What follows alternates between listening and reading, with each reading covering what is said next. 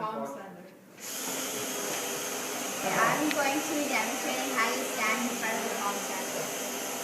Stand feet shoulder width apart in front of the palm sander.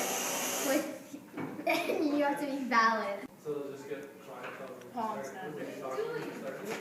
Okay, I'm going to demonstrate how you stand in front of the palm sander. So you want to stand feet shoulder width apart in front of the machine, and you want to stay balanced. This part, Safety precautions that need to be taken care of before you start using the machine is using tiger safety goggles on, hair tied back, that can actually make one for your time. Yeah, you can do that. But get 2 videos, this one video done explaining this and how to hold it, and then you start butter on the safety strings tucked side. in, use jewel jaw, and For the sleeves rolled safety up. side, well, it's just 13 questions. So, like the questions like, One. Okay, I'm you guys have any idea? Grace is going to be showing you guys how to properly use the palm sander. First, you have to make sure that you have a new sander. So do you know if all This is an example of an old sander that you cannot use the anymore. middle one didn't work? So, I'm going to put the sander on. It's all just half. Make sure that the sander, this part is red, not black. It's quite a long one. And then this one here.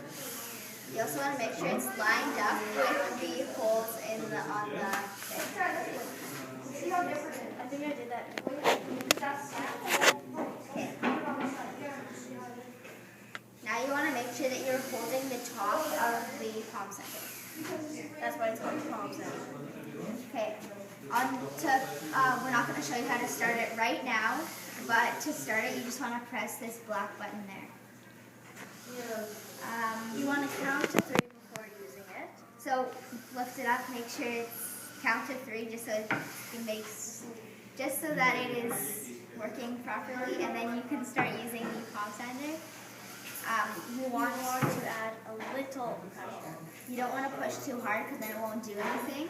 And too light. But yeah, too light, it'll just spin the board. So you want to make sure you add a little bit of pressure. And the top of the product is finished.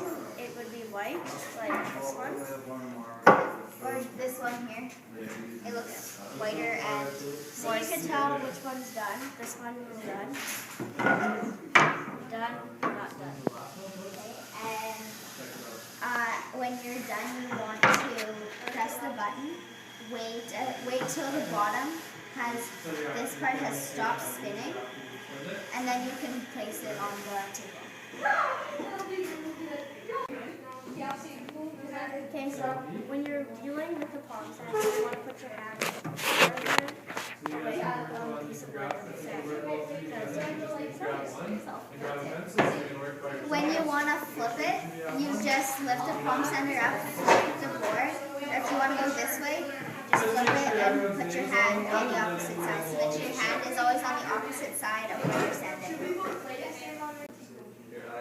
When you're using the palm sander, make sure you are going along with the grain, whichever way the grains are going. So if they're going this way, make sure you're standing to the right. And also when you're using the palm sander, you can change it so it's smoother, so it's not really white. So, and also make sure it's lined up with the hole. So it's not like that. Make sure it's lined up with the holes in the right position.